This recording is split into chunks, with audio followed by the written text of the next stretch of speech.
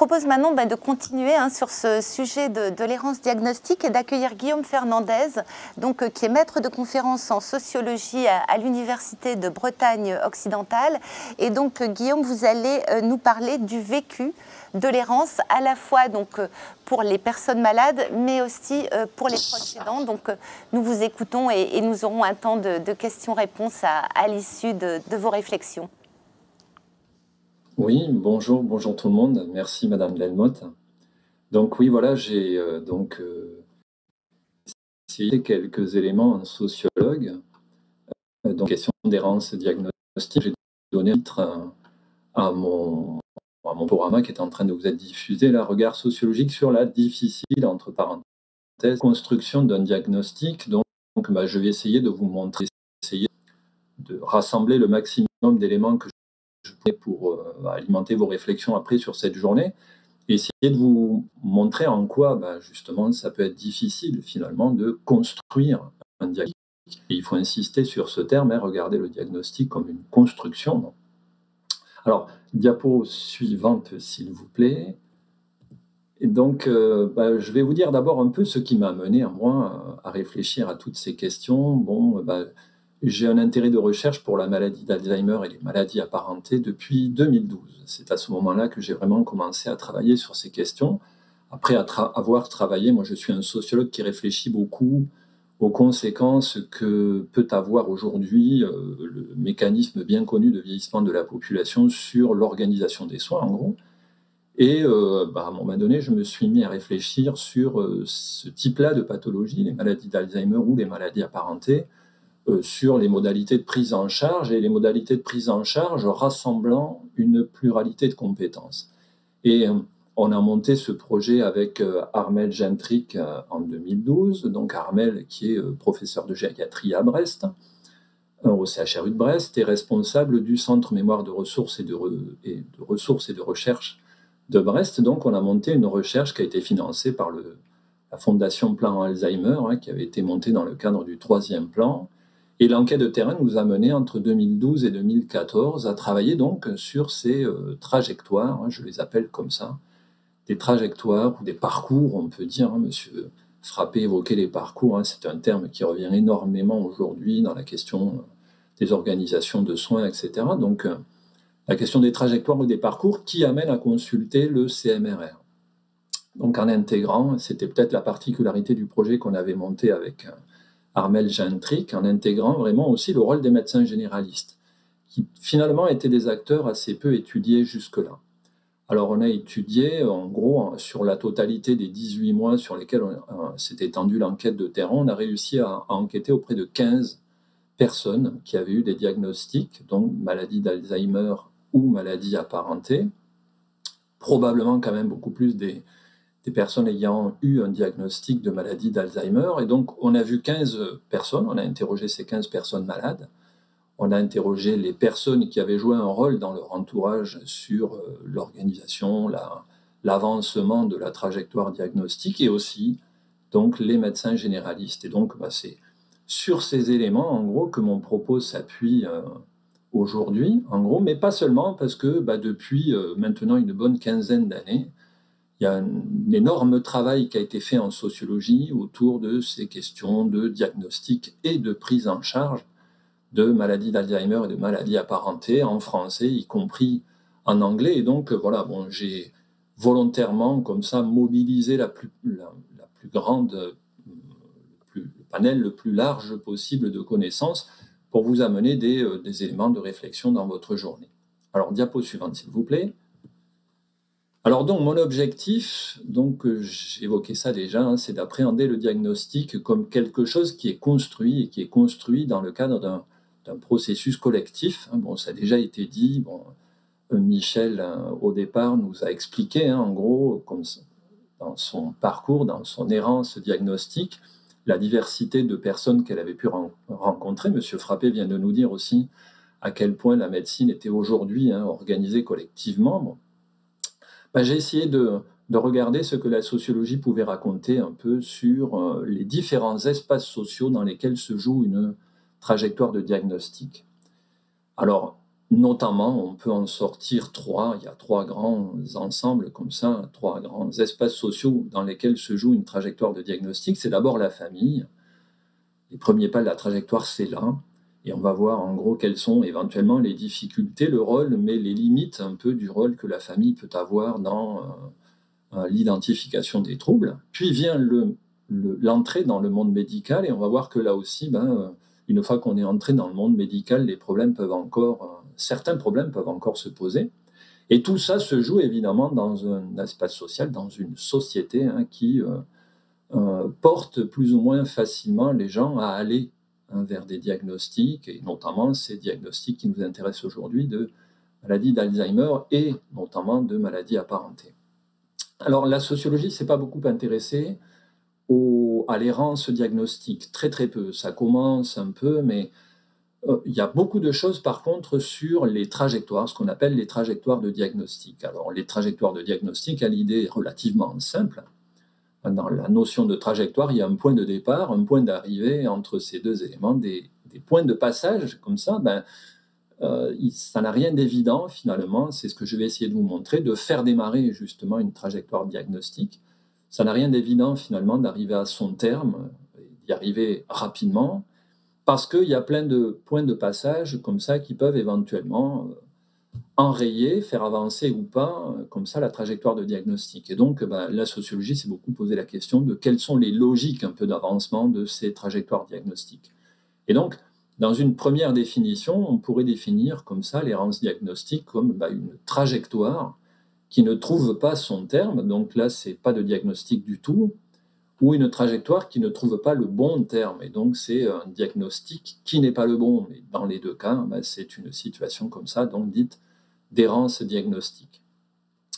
Donc le propos, c'est l'idée de sortir de cette fausse évidence du diagnostic. On pourrait se dire, un diagnostic, c'est simple, c'est évident, je manifeste des troubles, je vais voir un médecin, il va me dire ce que j'ai.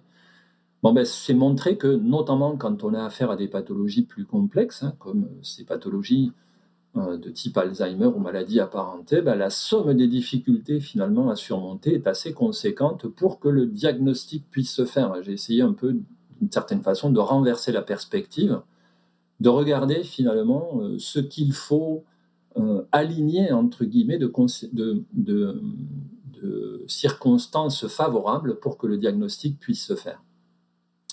Et puis donc, il y aura un dernier point sur un peu pourquoi c'est si difficile finalement de vivre une errance diagnostique et donc d'avoir affaire à une maladie qui n'est pas diagnostiquée. Monsieur Jaouen évoquait le fait de nommer ou de ne pas nommer.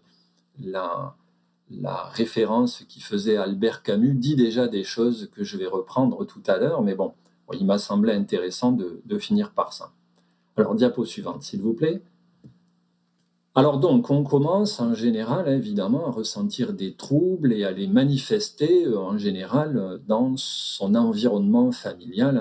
Peu de gens vont directement rencontrer un médecin sans avoir fait part de ce qui leur arrive à leurs proches, et notamment dans le cadre familial. On va voir que déjà, à l'intérieur de ce cadre familial, il peut y avoir un certain nombre de difficultés, si on veut, ou en tout cas la logique un peu du fonctionnement familial fait que parfois, l'orientation vers, la traduction des troubles dans l'idée que ça cache une maladie possible et que ça vaut le coup d'aller consulter, là non plus, n'a rien d'évident.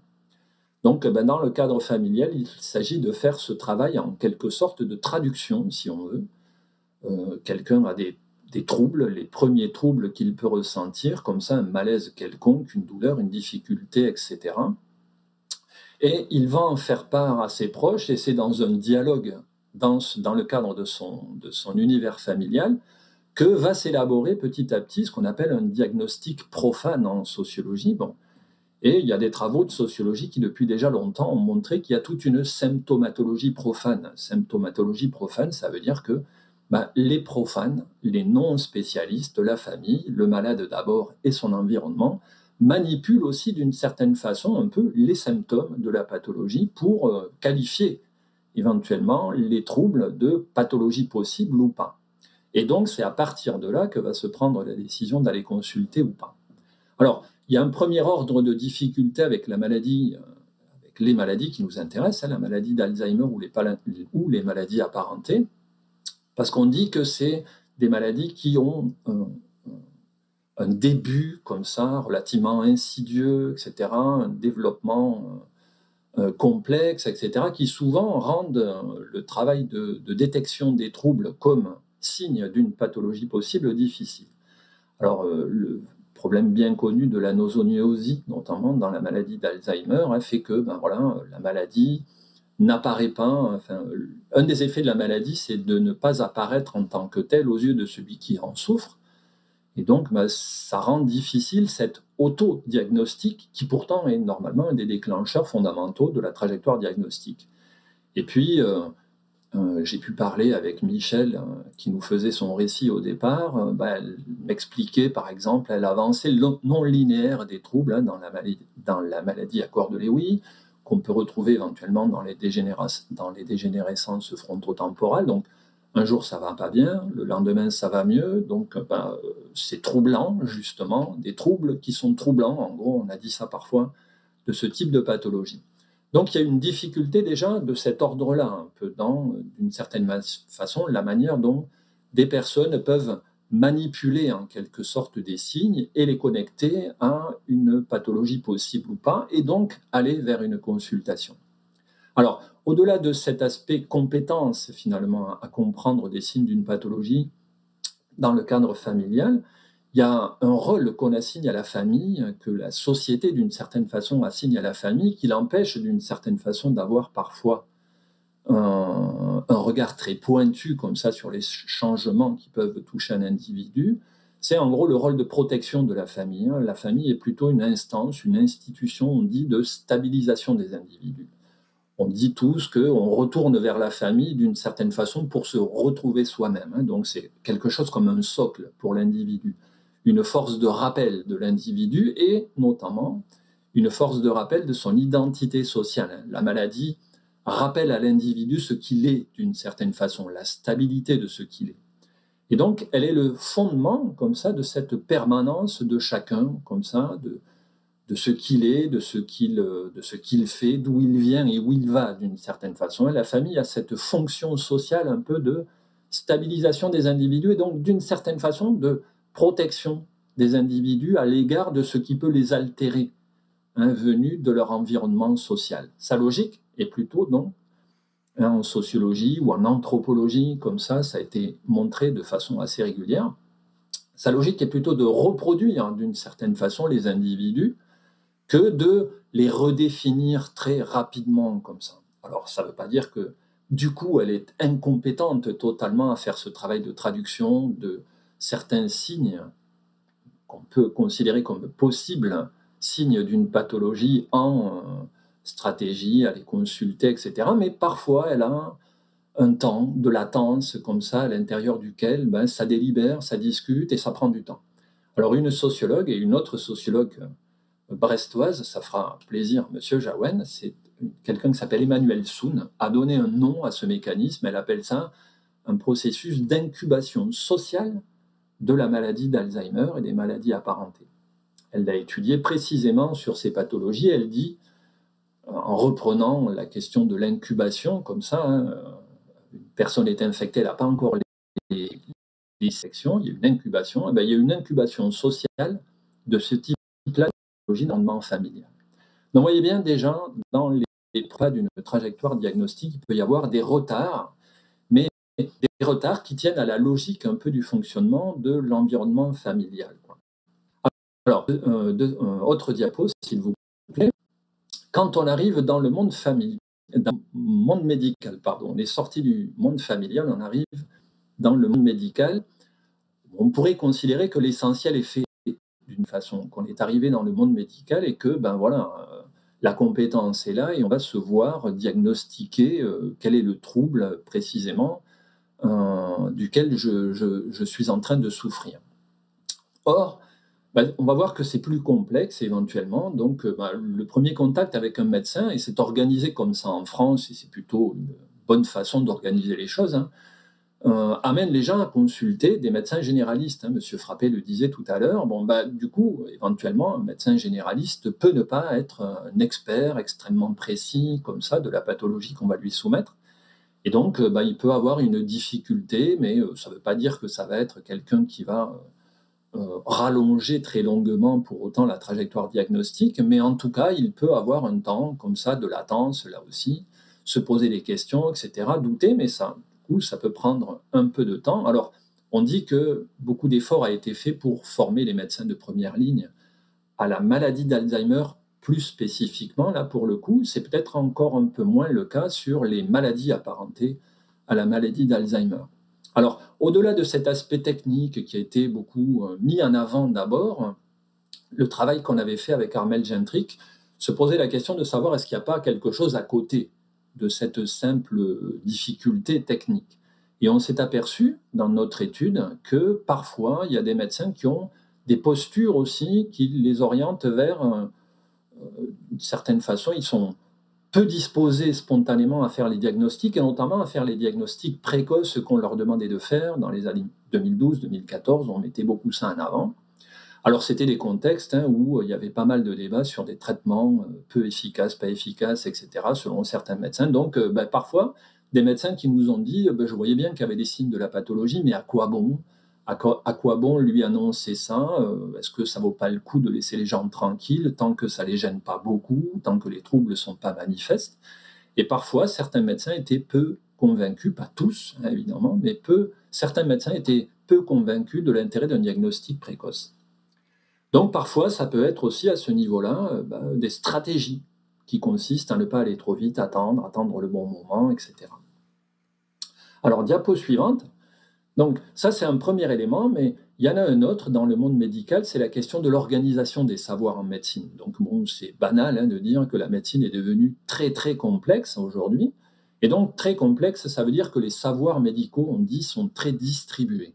La sociologie s'est intéressée un peu à ce côté distribué des savoirs médicaux aujourd'hui, et donc personne n'a véritablement le monopole sur un domaine particulier de connaissances en médecine. Et donc, le travail des médecins suppose d'organiser un peu cette pluralité de savoirs qui sont aujourd'hui mobilisés dans la plupart des domaines de compétences en médecine. Donc, organiser les savoirs, ça veut dire organiser les rapports sociaux entre les détenteurs de savoir. Donc, par exemple, organiser les rapports sociaux entre les médecins de première ligne et les médecins spécialistes. On dit que ça a été des évaluations qui ont été faites du troisième plan Alzheimer, la place qu'on a donnée à la médecine générale dans le dispositif de diagnostic de la maladie d'Alzheimer n'était pas forcément la plus indiquée pour qu'on organise justement des relations sociales qui tendent vers la coopération, vers le dialogue entre médecins spécialistes, médecins généralistes, pour des raisons sur lesquelles je n'ai pas le temps de rentrer en détail comme ça, mais voilà, organiser les savoirs, ça peut être ça. Puis ça peut être ouvrir des espaces de dialogue, des espaces de coopération. Dans ce domaine-là, on peut prendre l'exemple de la cancérologie qui a fait beaucoup d'efforts comme ça pour ouvrir des réunions de concertation professionnelle entre différents professionnels, comme ça, parce que justement, ils ont pris acte du fait qu'ils ont nécessairement besoin des savoirs des uns et des autres, etc., pour objectiver en quelque sorte la situation de leurs malades. Et dans la maladie d'Alzheimer et les maladies apparentées, on est tout à fait dans une configuration de ce type-là, avec les compétences des neurologues, des gériatres, des psychiatres encore parfois, des médecins généralistes, pour imaginer qu'il y en a d'autres. Cet ensemble de professionnels joue un rôle, chacun avec les savoirs, le type de savoir qu'il peut amener sur la maladie et sur le malade également. Donc ça suppose un effort, alors j'ai mis d'homogénéisation, je ne sais pas si c'est le bon terme, en tout cas un effort de délibération autour des catégories qui sont mobilisées pour appréhender la maladie et pour appréhender le malade. Sinon, là aussi, il peut y avoir des éléments de tension, de désaccord, ou simplement des distances entre des acteurs médicaux qui ne se parlent pas et qui renforcent éventuellement le risque d'errance diagnostique, là aussi. Alors j'ai mis de cacophonie diagnostique, on en a vu parfois. Et donc ça peut déboucher sur un malade comme ça qui cherche, j'ai mis des gras dans les singuliers, qui cherche une vérité sur une situation, la sienne, que le monde médical ne peut pas lui donner, ne peut pas formuler clairement, parce que précisément, il y a une pluralité de points de vue sur sa situation et une diversité, entre guillemets, une manière de faire cohabiter entre elles plusieurs vérités parfois sur la même situation du malade. Donc bon, ça, c'est des problèmes profonds de la médecine contemporaine, d'organisation de ses propres savoirs. Alors, diapo d'après, s'il vous plaît. Alors, un troisième élément, c'est la question de la façon dont la maladie s'inscrit dans un espace social, et c'est la question des représentations, des significations de la maladie. Ça aussi, ça peut jouer un rôle sur le développement de la trajectoire diagnostique. Alors bon, on sait qu'il y a des images encore assez péjoratives comme ça qui circulent sur la maladie d'Alzheimer. Bon, le côté perte de soi à des stades avancés de la pathologie, un risque de déqualification du malade, de perte de droits, etc. Bon. Alors, face à ça, on dit que l'appellation de maladie d'Alzheimer est là pour le coup de maladie d'Alzheimer singularisée, ce qu'évoquait M. Jaouen au départ, le fait que par commodité de langage, parfois, comme il le disait, on parle de maladie d'Alzheimer, mais je crois que c'est peut-être plus profond que ça, c'est la nécessité de singulariser, de donner à voir une pathologie qui a permis probablement une certaine efficacité dans l'acceptation sociale de ces troubles, dans la reconnaissance politique aussi de ce type de troubles. Paradoxalement, donner une image, c'est souvent singulariser autour d'une étiquette qui est un bon outil de communication et évidemment, si c'est un outil de communication efficace comme ça, avec ce processus de singularisation, ça peut se faire au prix d'une simplification parfois abusive de situations qui, en réalité, évidemment, derrière l'étiquette un peu simplificatrice, sont plus diversifiées. Et donc, ça peut faire cet effet pervers d'une plus faible reconnaissance et d'une plus faible connaissance des maladies apparentées. Et donc, j'ai repéré sur le site de France Alzheimer, 8 sont mentionnés. Bon. Donc, le défi, là, probablement le défi sur lequel vous allez réfléchir un peu dans cette journée, c'est se rapprocher des situations réelles des malades, mais sans perdre en force collective, se rapprocher politiquement tout en se distinguant scientifiquement sur vraiment ce que sont les spécificités des pathologies des uns et des autres. Alors, rapidement pour finir, qu'est-ce que c'est que vivre une errance diagnostique dans le contexte contemporain ? Bon, M. Jaouen a déjà dit un mot tout à l'heure, l'importance qu'il y a à nommer. Alors, la sociologie a montré de façon très abondante que les maladies contemporaines, donc à savoir les maladies chroniques, les maladies évolutives, on ne parle pas du Covid, finalement, les maladies contemporaines aujourd'hui, c'est plutôt des maladies de type maladie d'Alzheimer et maladies apparentées, cancer, etc., des choses comme ça. Le malade vit avec. Et donc, il doit les intégrer à son identité sociale. On voit bien qu'avec le Covid, la maladie est une parenthèse. Elle vous sort du monde social d'une certaine façon, on vous dit assez abondamment, si vous avez des signes de Covid, surtout, restez chez vous, coupez-vous du monde social. Mais avec les maladies contemporaines, type maladie d'Alzheimer ou apparentée ou autre, il ne faut surtout pas se couper de son environnement social, au contraire. Ça fait presque partie de la prise en charge de la pathologie que de rester connecté. Donc, les malades doivent vivre avec leur maladie. Et donc, vivre avec sa maladie, ça veut dire accepter que la maladie rentre un peu dans la vie de la personne, recompose un peu son mode de vie, sa façon d'être d'une certaine façon. Et donc, petit à petit, ça modifie son identité, plus ou moins, pas radicalement, pas totalement, mais quand même. Et donc, le malade doit s'approprier cette pathologie, doit se la figurer d'une certaine façon, voir ce qu'elle est, ce qu'elle lui fait d'une certaine façon et lui donner un sens. Et pour ça, évidemment, il faut lui donner un nom, ce que mentionnait M. Jaouen au départ. Et être dépourvu du bon diagnostic, c'est fondamentalement ne pas pouvoir nommer.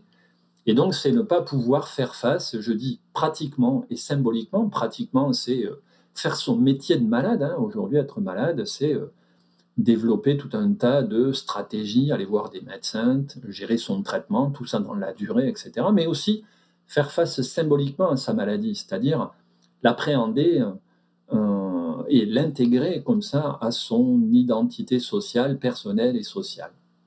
Et donc, être dépourvu d'un diagnostic, donc être dans une errance diagnostique, c'est être dépourvu de cette ressource justement symbolique et donc avoir à faire nécessairement un vécu très difficile, ce que exprimait très bien Michel au départ. Alors, diapo suivante pour conclure très rapidement. Donc voilà, bon, j'ai essayé avec un regard de sociologue de vous dire en quoi l'errance diagnostique, c'est voilà, le produit de quelque chose qui se comprend dans un environnement social, qui s'inscrit dans un cadre social. Le diagnostic, vous voyez, c'est le produit d'une trajectoire qui va avancer et rencontrer les écueils. Et c'est gérer ces écueils que de faire avancer cette trajectoire diagnostique. Et l'errance, c'est finalement le produit de ces fonctionnements sociaux qui peuvent être spécifiques à tel ou tel espace social, la famille, le monde médical, la société, qui va faire avancer ou éventuellement enrayer la progression de cette trajectoire diagnostique. Donc c'est loin d'être simplement une difficulté individuelle, mais c'est véritablement une difficulté collective. Donc bon, voilà, moi j'ai essayé de vous montrer en quoi ces dimensions collectives sont déterminantes et on peut les mettre tout à fait en lien avec le vécu individuel de la maladie. Et bon, voilà, j'espère que avec ces quelques apports comme ça permettra de rapprocher justement les points de vue des différents protagonistes et acteurs de ces diagnostics et de réfléchir collectivement pour, j'espère, éventuellement améliorer les choses. Voilà, je vous remercie beaucoup. Merci beaucoup Guillaume Fernandez pour ce propos vraiment très complet et très riche. Alors personnellement, j'aurais plein de questions à vous poser, mais je vais passer la parole à Benoît Durand, donc notre directeur délégué qui a sélectionné, je pense, quelques questions de nos internautes. Tout à fait. Bonjour à toutes et à tous. Du coup, j'ai une question directe pour le docteur Frappé. Ce n'est pas tant le retard à donner un diagnostic qui constitue l'errance diagnostique que l'erreur de diagnostic. N'y a-t-il pas un défaut de formation des médecins? Oui, c'est vrai que le médecin qu'on a rencontré dans l'étude était très attentif à ne pas donner justement un diagnostic erroné à leurs malades. Aujourd'hui, autour de la maladie d'Alzheimer en tant que telle, ce que je disais tout à l'heure, j'ai l'impression que quand même les efforts de formation continue dans le monde médical ont été intenses, qu'aujourd'hui ils sont mieux formés pour cette pathologie spécifique, j'en dirais peut-être pas autant des maladies apparentées à la maladie d'Alzheimer, mais je n'ai pas étudié complètement les stratégies de formation continue des médecins généralistes sur ces domaines, donc je ne pourrais pas vous dire précisément où on en est là-dessus et les niveaux de qualification mesurés objectivement avec des travaux de sociologie là-dessus, parce que je n'en connais pas d'ailleurs et je ne sais pas si ça a été fait précisément. Mais oui, probablement, il y a quand même encore probablement un effort à faire de formation des médecins et probablement pas que des médecins généralistes d'ailleurs, je pense. J'ai une autre question aussi. Pour éviter l'errance diagnostique, ne peut-on pas éviter de parler de maladies apparentées? Cela entretient les confusions entre toutes les maladies et ne force pas à la curiosité des médecins.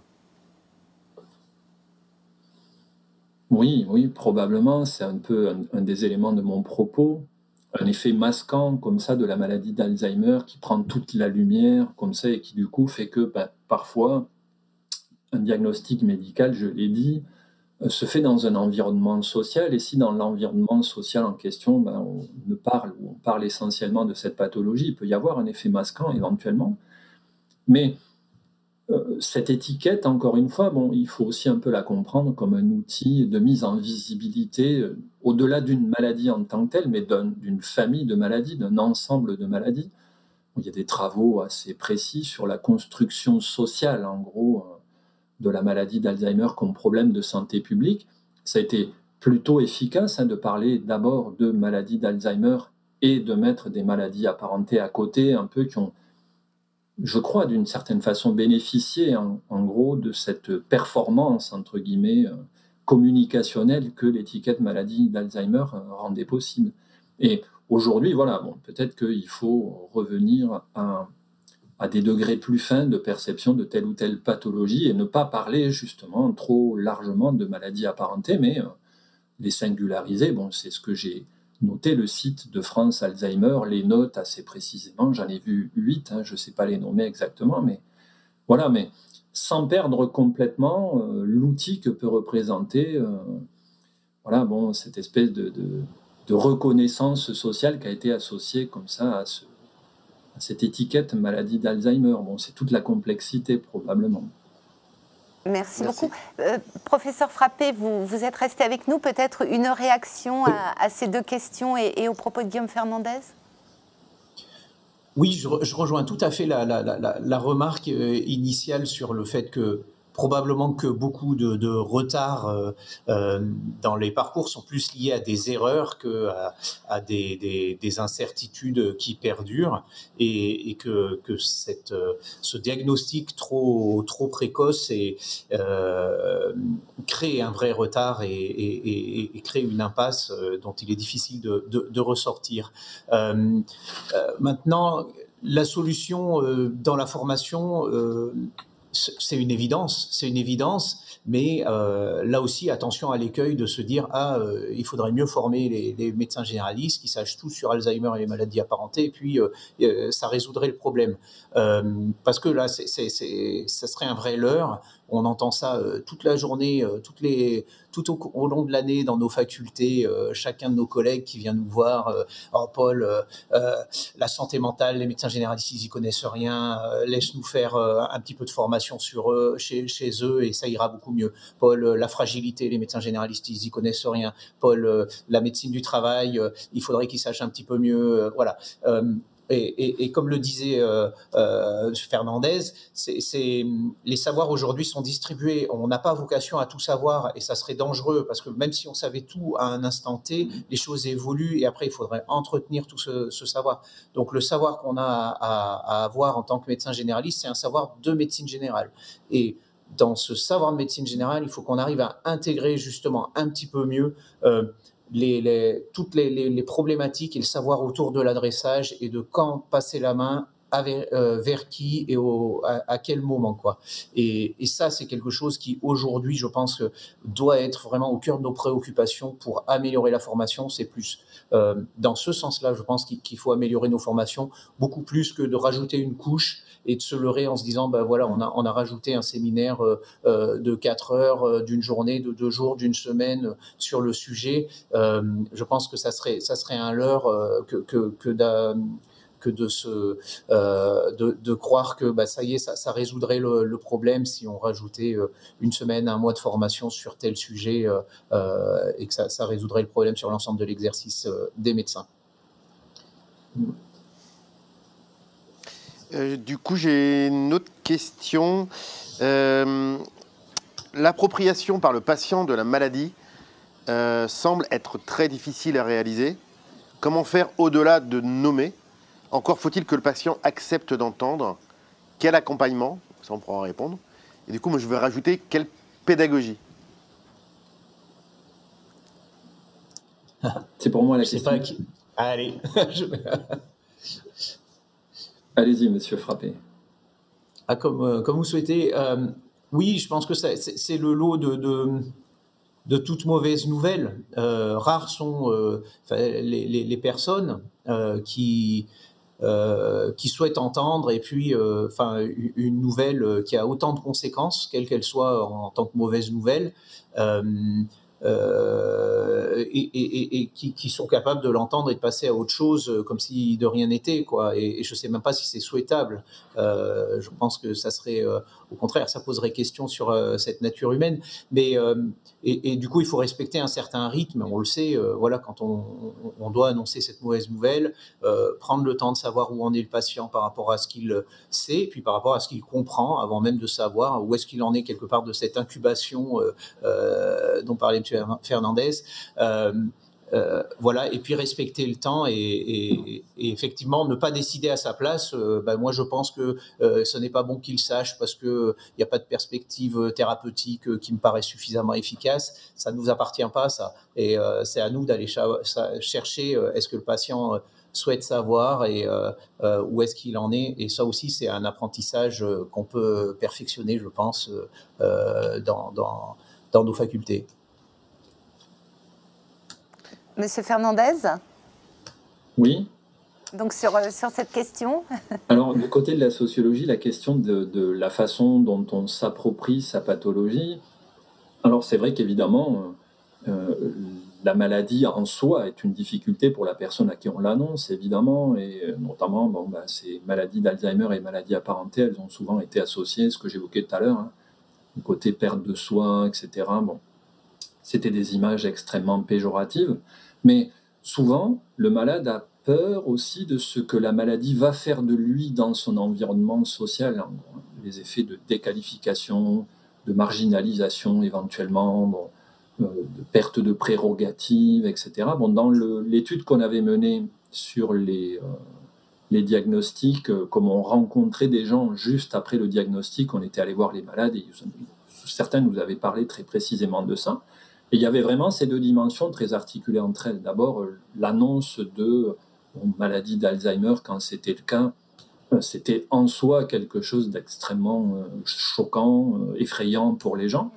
Et puis après, des gens disant, tout d'un coup, je vais me retrouver à devoir abandonner la conduite de ma voiture, ne pas pouvoir sortir, je ne vais pas pouvoir... Voilà, bon. Et c'est la continuité de la vie qui est interrogée. Bon. Et ça, le malade aussi peut être accompagné pour être rassuré, être soutenu, évidemment. Bon. Alors la famille le fait beaucoup, mais il faut que ce soit plus large que ça, hein, pour qu'une société, on l'a dit parfois, une société plus accueillante à ce type-là de pathologie, qui n'en rajoute pas comme ça sur la noirceur de l'annonce. Merci beaucoup. Une dernière question peut-être, Benoît ? Oui, ma maman vit en province et a été diagnostiquée par une équipe francilienne. Son gériatre provincial n'a eu de cesse que de remettre en question ce diagnostic. Ceci a fortement contribué à l'éclatement de la fratrie. Que faire quand on est balancé entre ces deux visions qui s'opposent ? Question difficile là aussi. Professeur Frappé. Que faire, c'est difficile, ouais, mais voilà, bon, ça fait partie vraiment du côté non organisé. Bon, ce que j'évoquais tout à l'heure, l'organisation des savoirs, c'est ça. Ce gériatre, il doit avoir de bonnes raisons de ne pas considérer que c'est une maladie, alors je ne sais pas laquelle exactement, hein, je ne sais pas de quoi on parle, si c'est Alzheimer ou une maladie apparentée à la maladie d'Alzheimer, mais il a probablement ses raisons. Son savoir à lui fait que, il conteste cet étiquetage, etc. Bon. Alors, voilà, c'est là où on rentre dans une difficulté, pourquoi ça ne se parle pas, pourquoi ça ne discute pas. Alors là, il y a le côté province-Paris, qui peut-être rajoute à une tension, etc. Mais des questions de ce type-là, il y en a hein, dans le monde médical d'aujourd'hui de façon assez récurrente. Et là, vraiment, c'est une question d'organisation des choses, de mise en délibération, pourquoi. Et comme ce n'est pas fait dans le monde médical, c'est fait dans la famille. Et si c'est fait dans la famille, c'est des conflits qui se déplacent. Et donc, ça fait éclater éventuellement la famille qui, elle, cherche d'une certaine façon à départager, en gros, des points de vue médicaux qui s'opposent. Elle a forcément du mal à faire ça et à le faire de façon très pacifiée, quoi. Donc voilà, c'est des espèces de transpositions d'un espace à un autre, de conflits qui ne sont pas régulés dans le monde médical et qui viennent impacter la vie de famille. Donc c'est évidemment très délétère. Merci beaucoup, Monsieur Fernandez.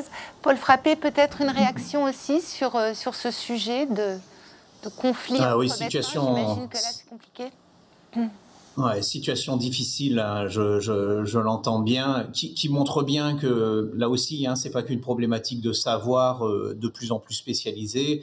On le voit, hein, les situations d'errance diagnostique existent aussi une fois que le patient est arrivé chez tel ou tel spécialiste, qui peuvent avoir des avis différents d'un spécialiste à l'autre, et même au cours de l'évolution de l'investigation. J'ai en tête une patiente qui a une polyarthrite, qui était diagnostiquée polyarthrite séronégative, et puis finalement le rhumatologue a changé de point de vue. Voilà, on a des diagnostics qui évoluent, et c'est pas qu'une notion de savoir le plus spécialisé possible. Alors là, ce qui est désastreux dans l'expérience qui est relatée, hein, c'est vraiment l'inverse du paternalisme médical, c'est globalement, on vous donne l'info et c'est à vous de vous débrouiller avec. Et du coup, en l'occurrence, là, choisissez votre chapelle. Donc, ça met vraiment le patient et son entourage dans un isolement total. Et là, je compatis sur cette situation-là.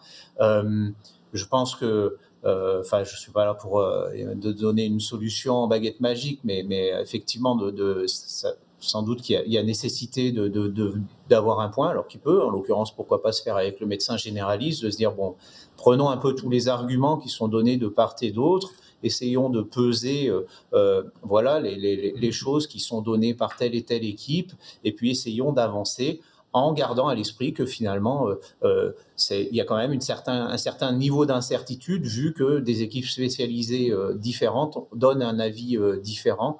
Donc, on n'est pas dans quelque chose qui est gravé dans le marbre. Mais situation délicate, et trouver une oreille qui permette effectivement de remettre tout sur la table de manière un peu de réassembler le puzzle, c'est une grosse tâche qui se présente dans cette famille-là.